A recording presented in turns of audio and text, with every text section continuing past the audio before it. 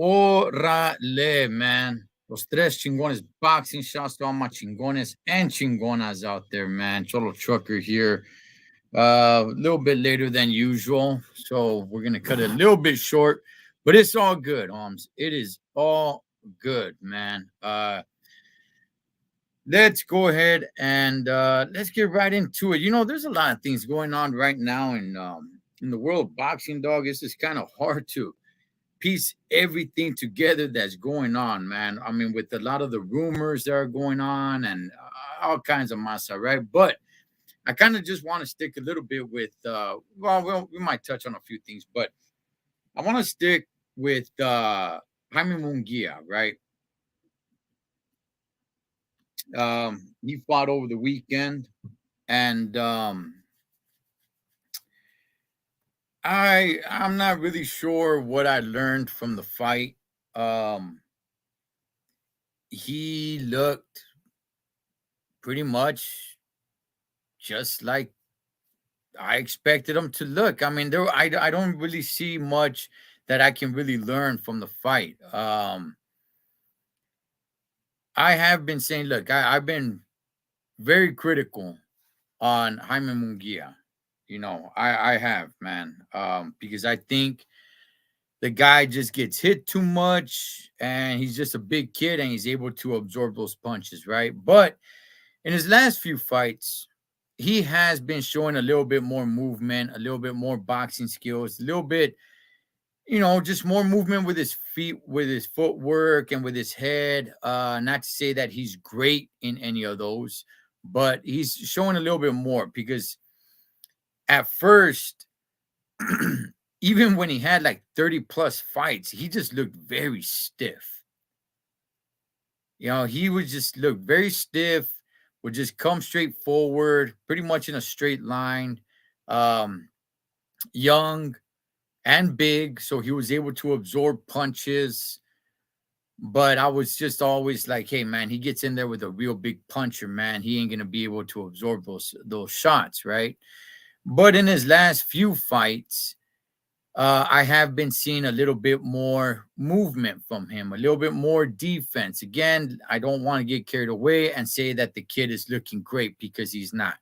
Um, he's looking better. He's not out there looking like Frankenstein, dog. He's looking a little bit more better, a little bit more loose. Um, all that being said, I don't know what really anybody was supposed to learn from Jaime Munguia from this past Saturday. He goes in there and does basically what he was supposed to do. Take care of what's his name, Correa. Nobody else was expecting anything different.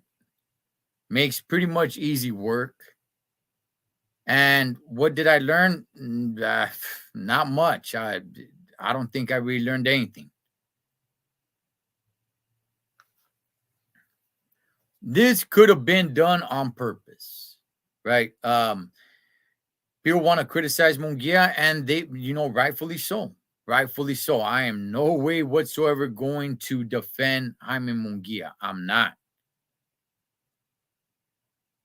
Look how many fights you got in the competition that you're fighting, man. It is trash. However, homie, this I will say. I believe, and I got no evidence of this, but I believe that they're putting him in fights like this until he gets better to the point where they actually feel confident enough that he can actually get in there with better competition. Does he himself want these fights? Apparently so. You know, that vato, apparently he wants the best. But I'm not so sure that his people want to put him in there against the best.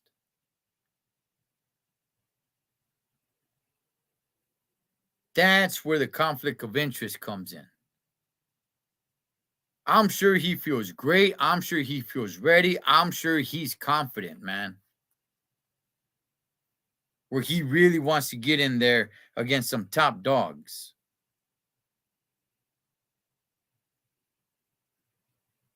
However, I just don't think that his people around him, his team, feel as confident as he does.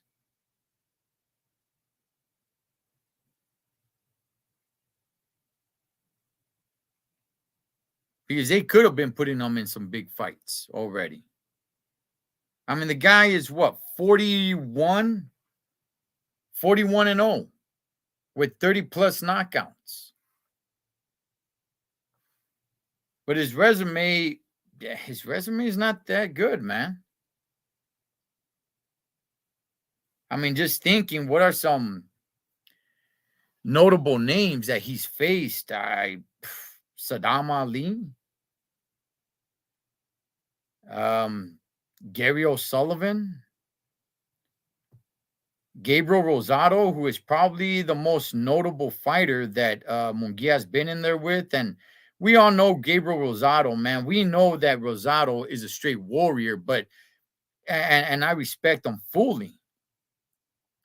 But he's a journeyman. He should be recognized for the warrior that he brings into the ring. That he should definitely be recognized. But he's a journeyman.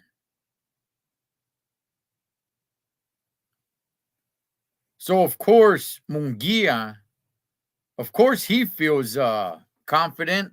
Shoot, he's got 41 wins, Holmes. Why wouldn't he feel confident? He's got 41 wins with 30 plus knockouts. So of course, he is going to feel like, hey man, I'm ready. I'm knocking mofos out, Holmes.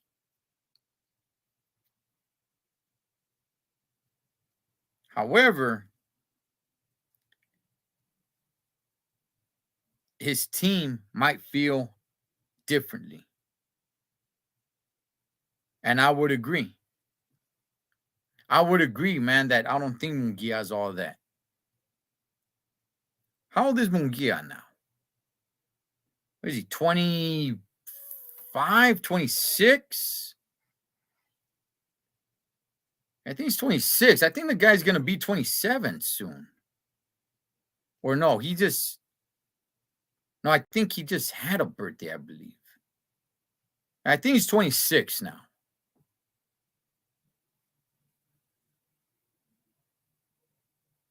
So now he calls out Triple G. Do I want to see that fight? Yes, I do. Who am I picking in that fight? Triple G. I believe Triple G will beat Munguia. I hope the fight gets made. I would like to see that fight happen.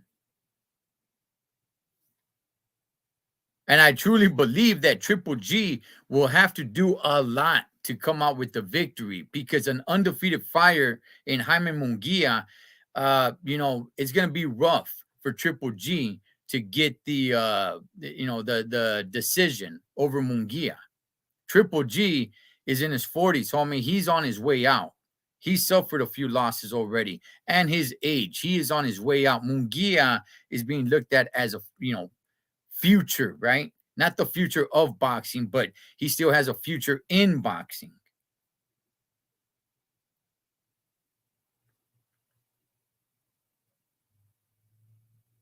But that is a good matchup. As a matter of fact,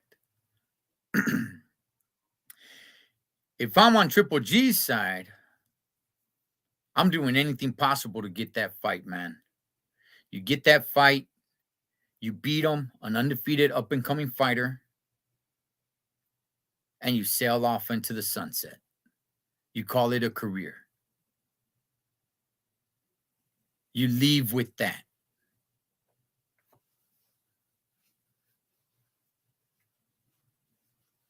But I'm telling you guys right now, man, Jaime Munguia, if I'm thinking about any top fighters, the only one that I believe that he can beat is probably Jermall Charlo. I think he can compete. That's one thing. Competing is one thing. But where I favor him to win, where I pick him to win, honestly, man, I think it's just Jermall Charlo.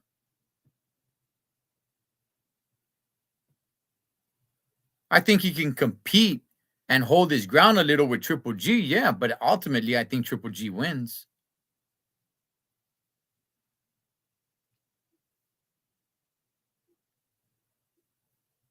So let's see what happens, man, in 2023. I think this year with some of these fights, look, we've had some great fights, man, and they should go notice, right? And we'll remember a lot of these fights, man, or look back at a lot of these fights, these great fights that we had this year, next month. But I a lot of these fighters that we want to see get into the ring, man, against better competition.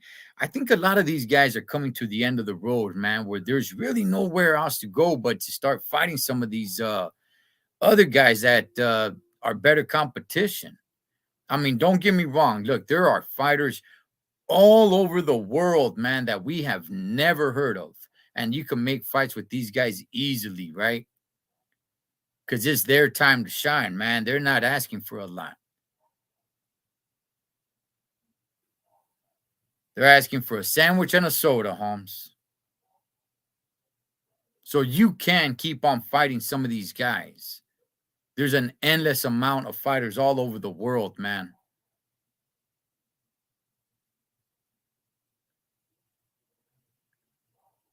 But when you have over 40 fights, there's only so many of those guys that you can fight, man.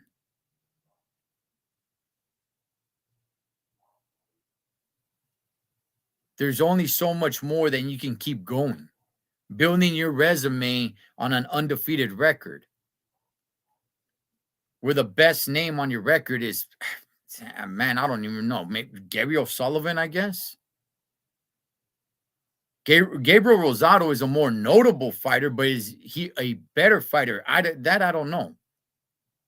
Maybe he is. He's been in there against some great fighters.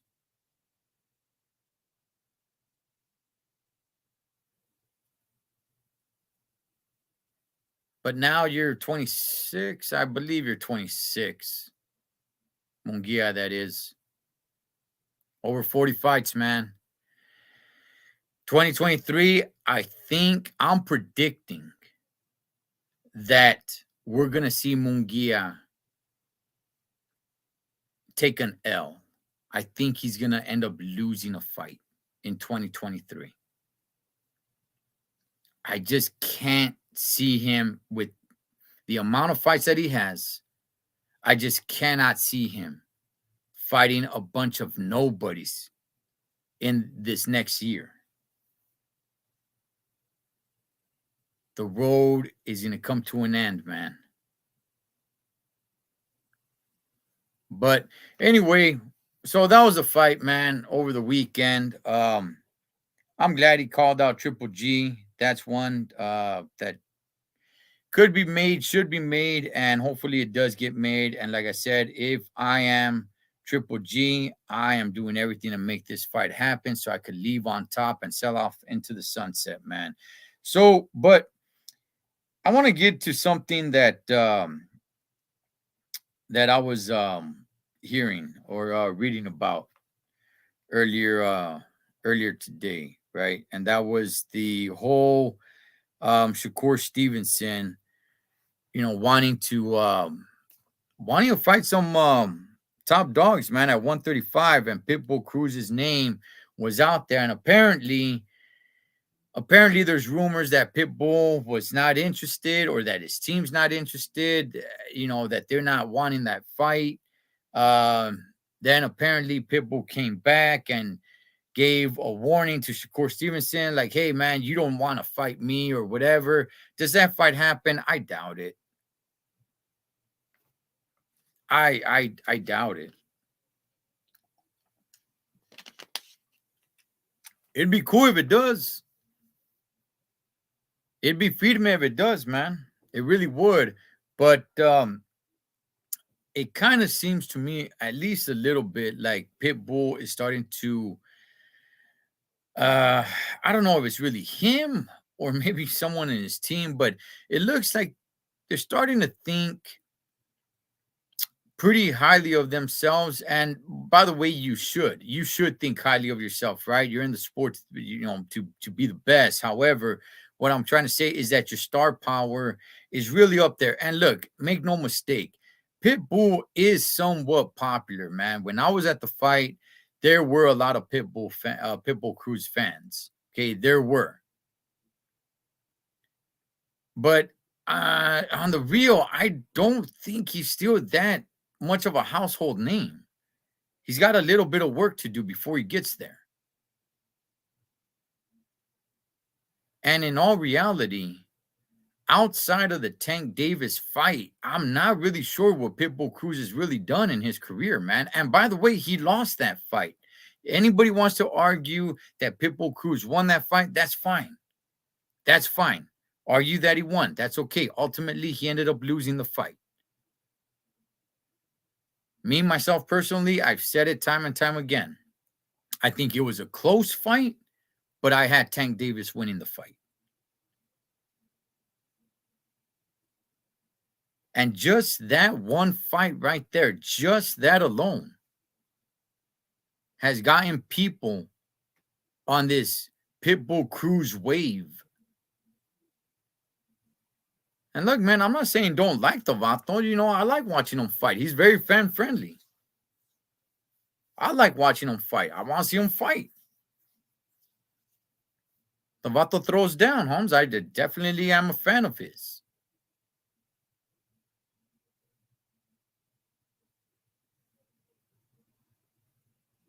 But in all reality, that's all there is that Tank Davis fight that he ended up losing.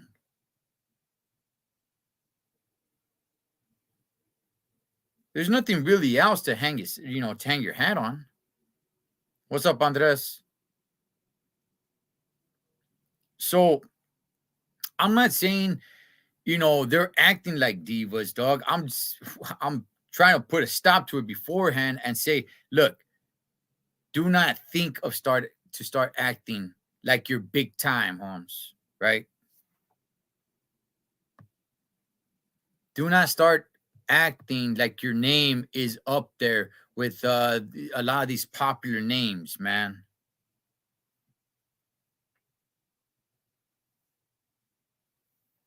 Yes, you got a little popularity, okay, but let's not exaggerate it.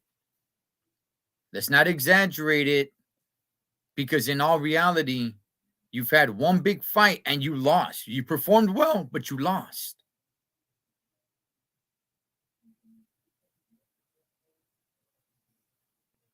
So let's get the feet back on terra firma. Let's get grounded. Know your position. Know where it is that you want to go. right? You want to be up there, but you're not there. Don't let the little fame get to you.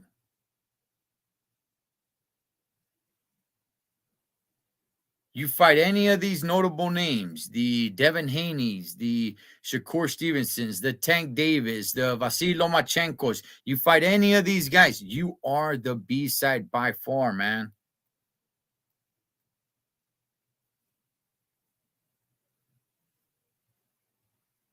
Just there's things that I'm reading here and there that's making me think like, man, these guys are starting to let a little bit of this fame go to their head.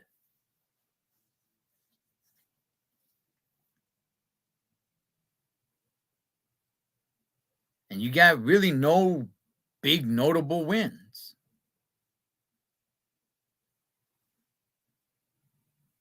So get grounded. You want to be that big name, and maybe you can. Maybe you can, but you're not there yet. Don't go into the negotiations talking about, like, hey, don't you know who I am? Because in reality, dog, you're the guy that gave Tank Davis a good run for his money, and that's about it. Fan friendly fighter. I am a fan of yours. I am a fan of Pitbull Cruz. I love watching him fight, brings it all the time. But he's not that superstar, at least not yet. Will he ever get there? Don't know.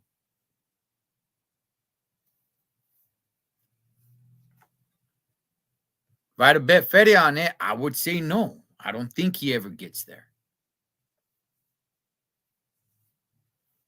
But hey, it's possible, right? That's why you step into the ring.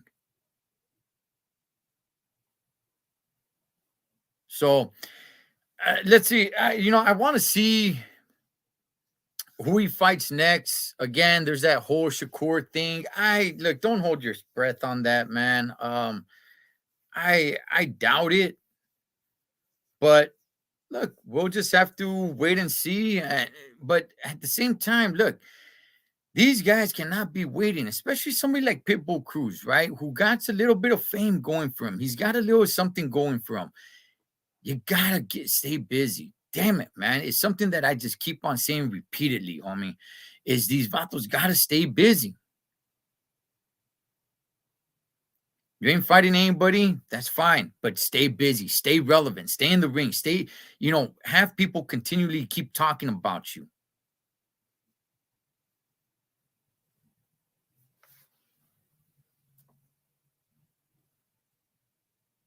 Because if not, man, I mean, it's just gonna keep the fight game's just gonna keep on going. If you're just gonna be, talking about like, hey man, I'm Pitbull Cruz, I'm not settling for anything or anything less than this or whatever. I mean, obviously you want it to be reasonable, of course. But you gotta keep your name in people's mouths, man. So if you cannot get those fights because they're trying to lowball you, but you gotta know where your standard is at. You gotta know where you are at in the game.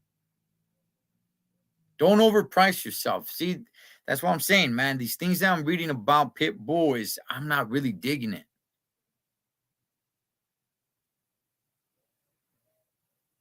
So let's see what happens, man. I am a fan of his. I do want to see him fight, and let's see who he gets next. Last thing I kind of want to touch on is this. Ryan Garcia is looking to have a tune-up fight in the month of January, which also Tank Davis will be fighting in the month of January. The thing is, Ryan Garcia doesn't know, uh, doesn't have an opponent. So I'm kind of thinking and reading a few things and who he should be fighting. Now we all know Gervonta Tank Davis will be fighting Hector Luis Garcia, right? Which that should be a pretty good one. Um, I think Garcia can give Tank a pretty decent fight, right? Um, However, for Ryan Garcia, there's really nothing set for him yet. But apparently, from what I was reading, you guys got to remember this is a tune-up fight or slash stay busy fight, right? Um, there's a couple of names that are being thrown around, right? For Ryan Garcia, who he will face in the month of January. One of those names is 40-year-old Yoriokis Gamboa. Okay. Um, again, we got to remind ourselves that this is a stay busy slash tune-up fight. Yoriokis Gamboa, man, has retired, I don't know, two times, three times. I don't even know how many times he's retired. But if he comes back for this fight, he's just coming back to get paid, Holmes. There ain't no way Gamboa can even think that he's going to come back and compete. At 40 years old, be able to compete against a young up and coming Ryan Garcia. I mean, man, Gamboa can go in there and really get hurt.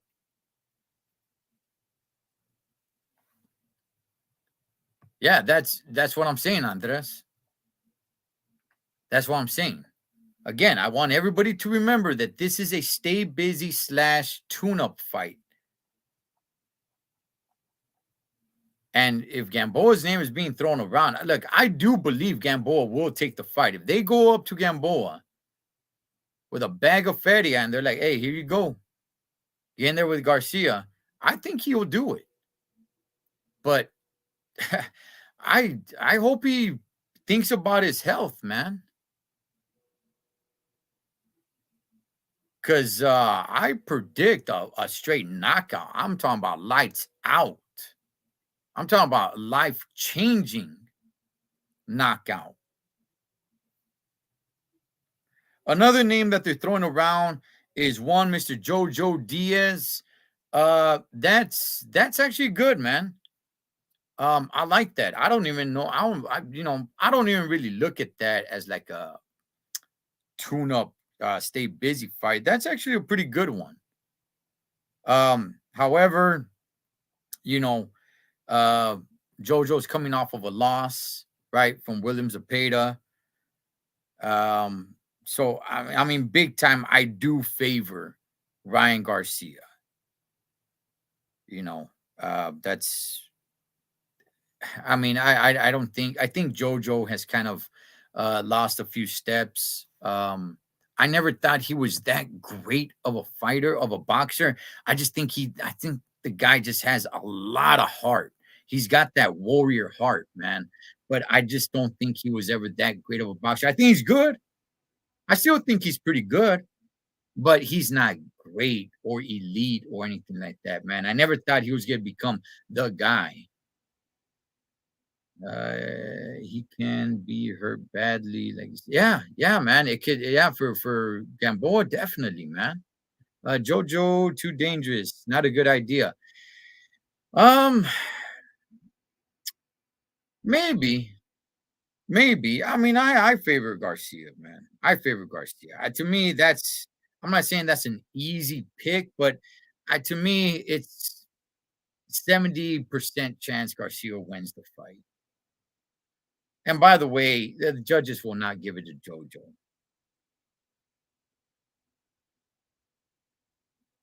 But there's a couple of other names that are being thrown around, Chris Colbert and Michael Rivera and just Alexis Rocha, Blair Cobb, which that would be something, right? I mean, there's a couple of names, Gary Antoine Russell, a couple of names that are being thrown around, man. But those options are probably not likely.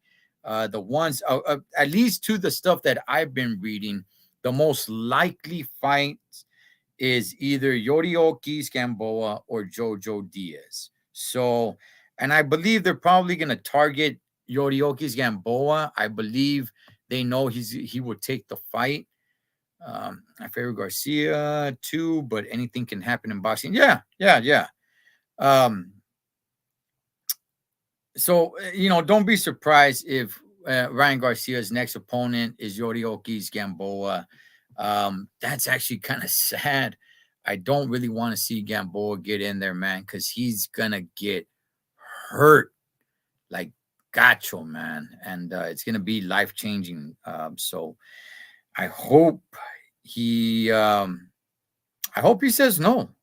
To be real with you, I hope he says no, and we see Ryan go in there against Jojo Diaz or any of these other guys, man, that I just mentioned. And there's also a few more names in there as well, Steve Spark and just a few more guys, man. But hey, with that, chingones, I gotta get out of here, man. We will be back on Friday for the full panel. Tomorrow en español, should everything go right, my boys Mike Zavala and David Contreras should be on here in Espanol. Hopefully, should all go right. But with that, hey, I'll catch you guys on the next round.